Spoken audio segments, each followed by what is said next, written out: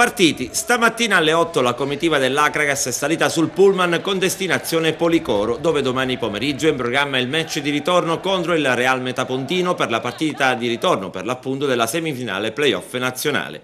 Unica sosta prevista a Palmi e subito dopo ripartenza alla volta della Basilicata, dove in un albergo vicino Montalbano Jonico la squadra e la dirigenza si sistemerà.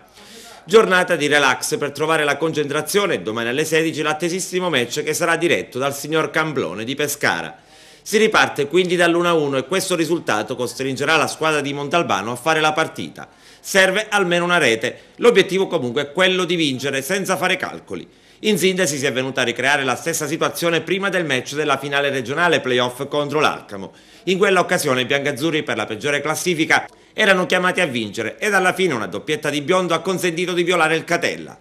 Montalbano recupera Russello al centro della difesa e ancora non ha deciso se è il caso di giocarsi subito la carta Guastella, uno dei pochi giocatori rosa in grado di assicurare fantasia alla squadra.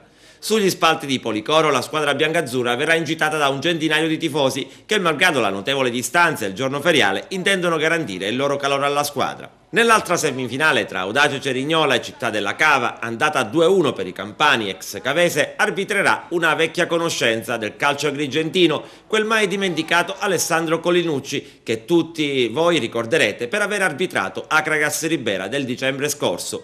Intanto il giudice sportivo della Lega Nazionale Dilettanti ha comminato 1.000 euro di multa all'Acragas per lancio di fumogeni per la gara d'andata proprio con il Real Metapontino.